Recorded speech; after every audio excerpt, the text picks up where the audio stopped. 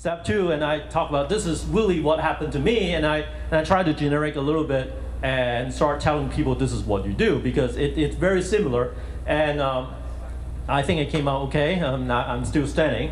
So on about a week into it, okay, so you got through your emotional up and down 3 times. Now you need to sit down and find support. First, if you don't have a lawyer, call a lawyer.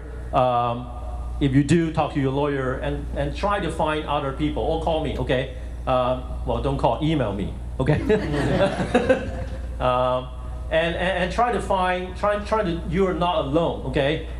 You may think you're alone, you may think, well, if you got a letter from Lotus, you already know you're not alone. But if you get a case from some new entity, you may think you're alone, you're not. So just talk to people, learn from other people, and I myself got really fortunate, good friend, a good competitor of ours, Jim Quigley from Canvas. He actually tipped me off before I got served. So I already got a month ahead because I've been watching their suit, and I got a week and a half before I actually got the lawsuit get served. I already knew about it. So it's good that you talk to people. I have lunch with him and say, hey, what do you do? And he talked about the roller coaster again and what he wanted to do, what his lawyer now trying to advise him to do. And so it's all healthy. So find support and then start reading about it.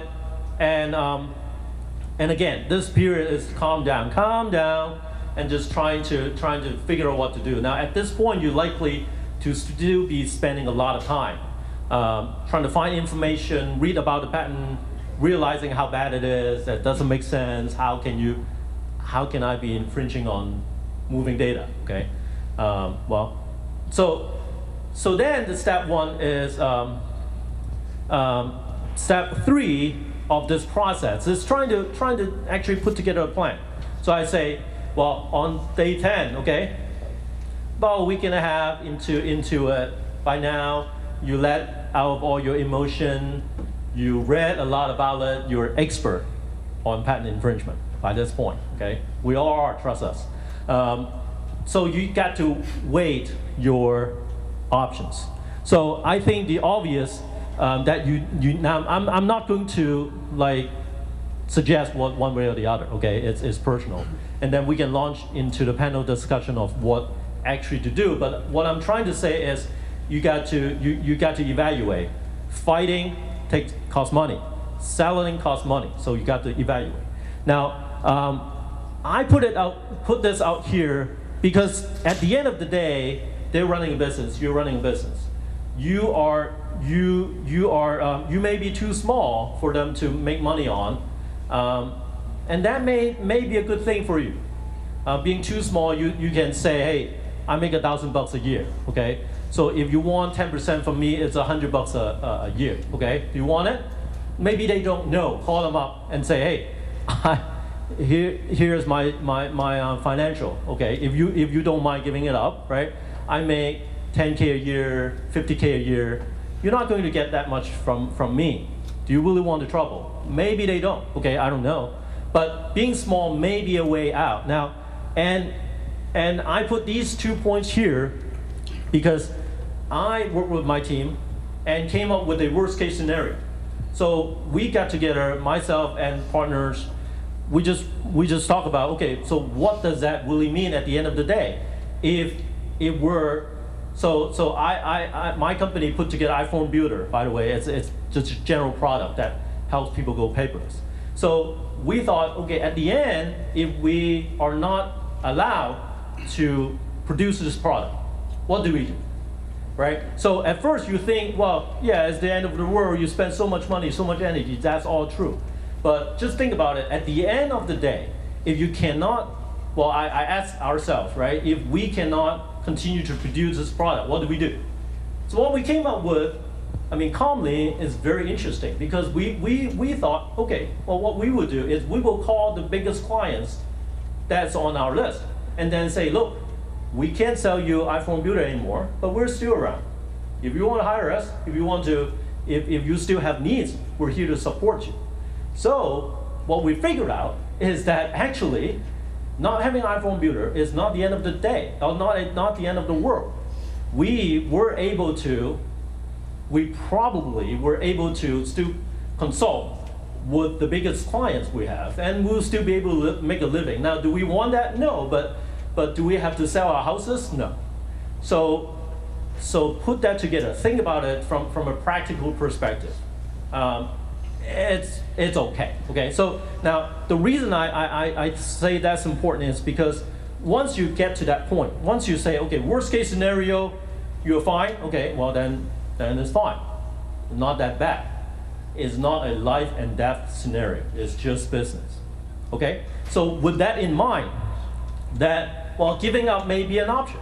If you are, especially if you have a daytime job and hobby of doing this, or maybe you just say, I'll just wait, okay? I'll stop this product, right? I'm not suggesting you do this.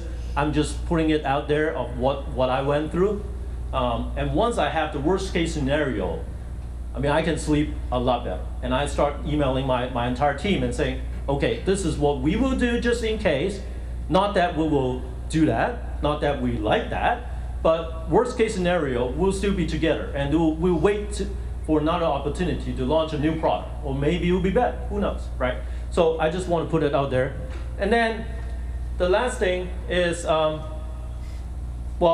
you act, right? Once you figure out what you do, that you act. It's very important, derive a plan and keep in touch with other people. Well, set your boundary with your lawyer or whoever is helping you on the actual case, that what you want to do, right? Is your boundary, you're willing to settle at 5%, 10%, $10,000, $100,000, just have that discussion, okay? And then at the end of the day, get back to work, okay? So you still need to produce what you're producing. You still need to continue to have your sanity, okay? Get back to work helps. So this is not your world. So I'm hoping by this point, day 15, you realize it's okay. So I can tell you right now, my mind says it's part of growing up. It's just like keep growing up. As you in your teenage year, you face a lot of obstacles that you think you were facing. Well, in fact, all the big companies, right? I have a friend, Jim, who may join us tonight. He's like, well, big companies deal with this every day, so it's no big deal. Now, we think it's big because we're small. If we're ever going to grow, these things will happen. So we got to, from my perspective, you got to learn how to deal with this. So get back to work. And my last slide will be, I talk to Rick and I say, Rick, I'll leave you to do what you do best, and I'll get back to do what I do best, okay? So I go back and produce my product and continue to make money and have the lawyers deal with this, okay? So with that, I'll invite Rick to talk about the high-level basics of the patent infringement lawsuit.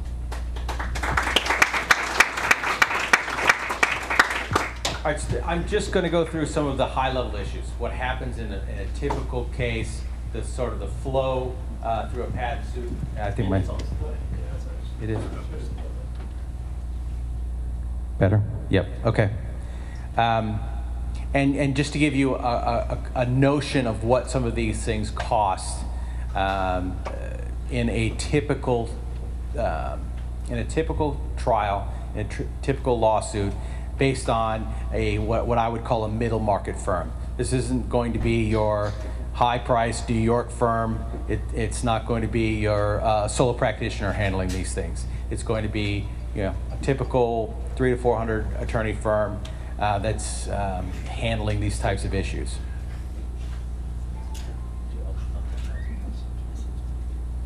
All right, so you've gotten sued.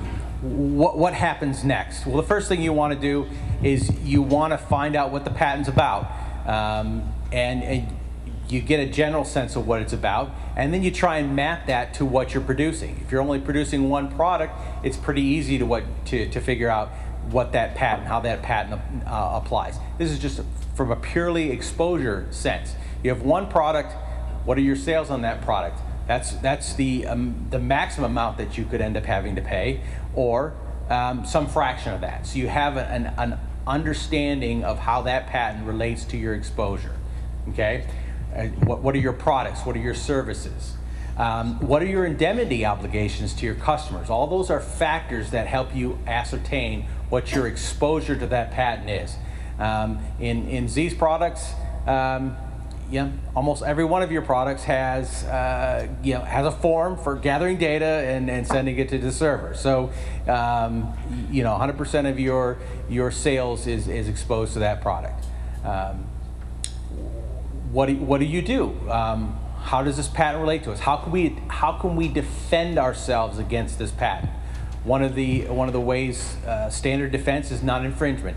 Your Honor, we don't infringe this patent. Here's claim number 1, step 3 here. We do not do this. We do not perform that particular element. We don't infringe. We have no liability. The alternate defense, or one of the alternate defenses, is validity. The patent itself is invalid. The Patent Office should not have granted this patent. Here's the prior art that supports the invalidity of it. No reasonable judge should have recognized this fact that this patent is invalid. Ergo, patent's invalid, can't be infringed, can't be enforced, no liability. Those are the two key defenses. There's others, but those are the two ones that are used most often. To get that sort of initial assessment can cost between $15,000 and $50,000 to get that opinion. An attorney to say you don't infringe this patent, or your validity, the patent itself is invalid. And it ranges on different types of patents. It ranges on how well you want the thing written up. Back of the envelope type analysis can be cheaper, but these are things you need to work out with your attorney. The next step, okay, well, here's how we're going to attack the patent. Here's how we're going to defend ourselves. What sort of claims do we have back to them? What is in our patent portfolio? What is in our toolbox that we can assert back against them? And this is what big companies do, right? So if you think about some big things that are going on right now, we have Apple suing HTC and Apple suing Samsung. Well, you can be rest assured that Samsung's got its patent portfolio engaged and cranked up and firing those lawsuits right back across the bow.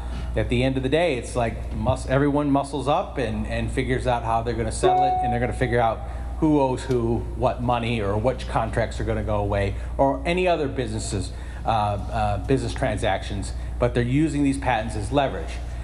With the NPEs, you really don't have any leverage. You have no leverage. You're not going to sue an NPE based on what you guys are doing. NPE is a non-practicing entity, I'm sorry. So Troll was a little bit disdainful. Non-practicing entity is a company that itself does not produce any product or offer any services. It's sole, pardon? They buy patents for the purposes of enforcing them. Yes? Quick question. When you say 50 to 50K to get the initial non-infringement validity defense, is that actually presented to the court, or just to get? No, that's just sort of understanding and assessing your case. What does it cost to actually present that to the court? That's what we're going to go through, right? This is a couple slides worth of information.